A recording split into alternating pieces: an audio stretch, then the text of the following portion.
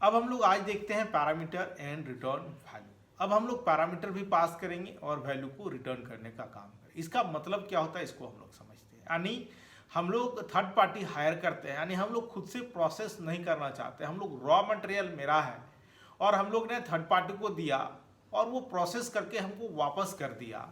तो यहाँ पर भी सेम कॉन्सेप्ट पर वर्क करते हैं, यानी हम लोग बहुत सारे ऐसे काम हैं जो हम लोग कैलकुलेशन नहीं करना चाहते हैं। वैल्यू हम लोग पास करेंगे और प्रोसेस करने के बाद वैल्यू हम ही को वापस रिटर्न करने का काम करेगा। और this concept is called as no parameter and return value method. तो चलो हम लोग यहाँ पर देखेंगे कि कैसे हम लोग का एक प्रोग्राम वैल्यू को लेते हैं और उसको हम लोग प्रोसेस करने के बाद फिर वापस मेन में कैसे वैल्यू आता है।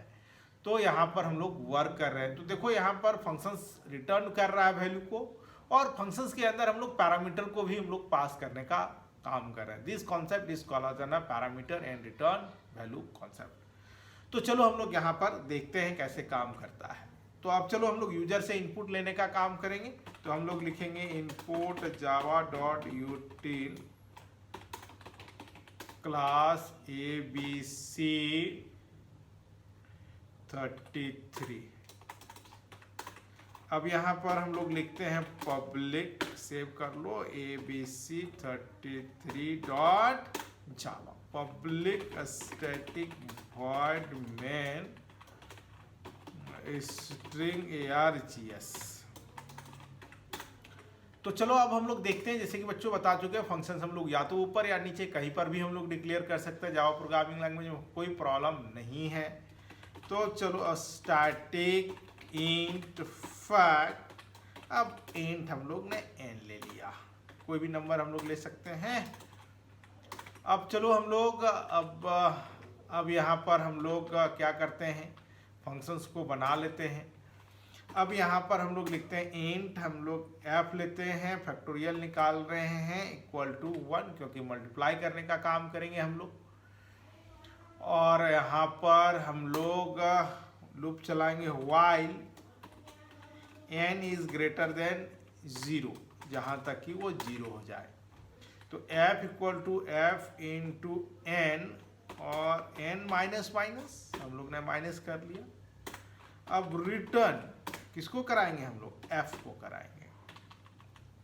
अब यहाँ पर scanner input equal to new scanner system dot in, int n है कॉमा, अब यहाँ पर हम लोग लेते हैं f ले लेते हैं। System dot out dot println inter any number. तो देखो बच्चों हम लोग यहाँ पर मेन में वैल्यू ले रहे हैं n equal to input dot next in, और f इक्वल टू फैक्ट, यहाँ पर फंक्शंस कॉल कर लिए, यहाँ पर फंक्शन कॉल कर लिया हमने। अब चलो हम लोग लिखते हैं बच्चों system dot out dot println factorial of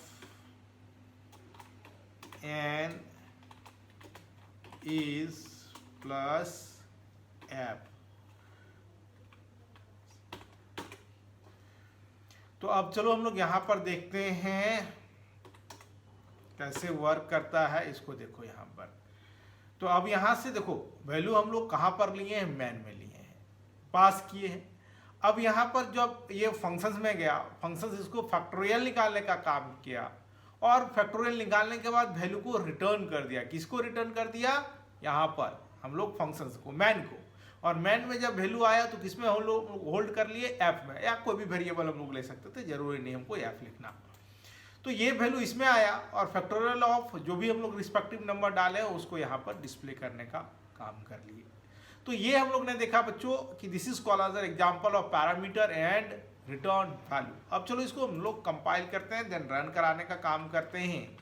33, अब जावा ABC 33 inter any number 5, factorial of 5 is 120। उसी तरह अगर मान लो 7 लेते हैं तो 5040। तो ये हम लोग ने देखा कि ये कैसे काम किया इसके वर्किंग मैकेनिज्म को हम लोग ने समझा, देखा और जाना कि ये कैसे वर्क कैसे करता है, यहाँ पर पैरामीटर कैसे पास करते हैं, वैल्यू को रिटर्न कैसे करने का काम करता है। तो बच्चों, और अधिक जानकारी के लिए हमारे चैनल को सब्सक्राइब करो, लाइक करो, कमेंट बॉक्स पर कमेंट करना ना भूलें।